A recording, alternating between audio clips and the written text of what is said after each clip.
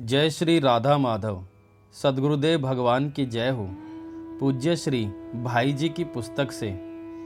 व्रज का जीवन कुछ इतना पवित्रतम जीवन है कि उसका कण ही यदि किसी को कल्पना में आ जाए तो फिर सांसारिक भोगों की तो बात ही क्या है। ऊंची से ऊंची मर्यादा की परमार्थिक स्थितियों से भी वह सर्वदा उपरांत हो जाता है। परंतु यह करने से नहीं होता, यह तो भजन के फलस्वरूप भगवत कृपा के प्रभाव से किसी भाग्यवान साधक में प्रकट होता है।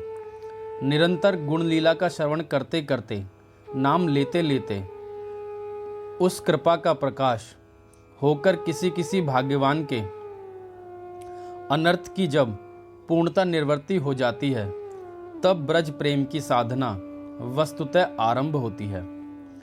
उसके पहले की साधना तो जबरदस्ती होती है, रुचिपूर्वक नहीं, पर जबरदस्ती करना भी बड़ा उत्तम है।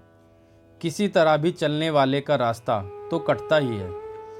श्री कृष्ण इतने सुंदर हैं कि कहीं एक बार वे कृपा करके स्वप्न में भी किसी को एक अपनी हल्की सी झांकी दिखा दें तो अनंत जन्मों की आसक्ति उसी क्षण मिटकर वह उस रूप के पीछे पागल हो जाए। पर वे किसी के वश में तो है नहीं।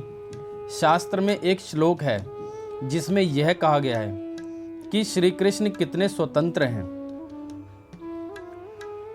कालिया नाग के फण पर तो नाचते हैं और उनके चरणों के दर्शन के लिए बड़े बड़े योगी बेचारे अनंत जन्मों से बाट देखते हैं, पर वे सामने नहीं आते।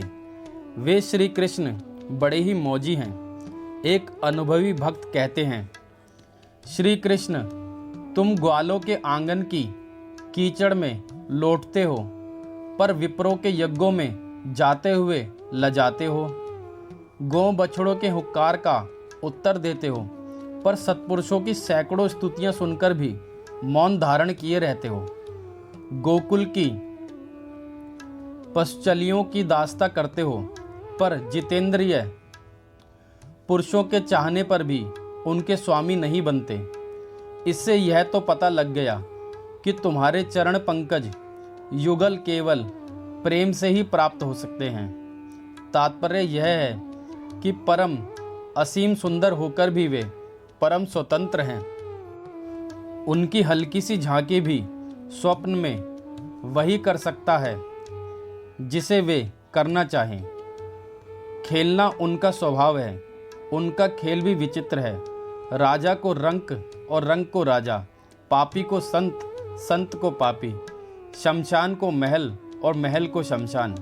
ऐसी ही विचित्र लीला वे करते हैं। किस क्षण किसके जीवन में क्या होगा यह किसको पता, पर भक्त को डरने की आवश्यकता नहीं। उसे तो उनकी ओर आशा लगाकर भजन करते रहना चाहिए।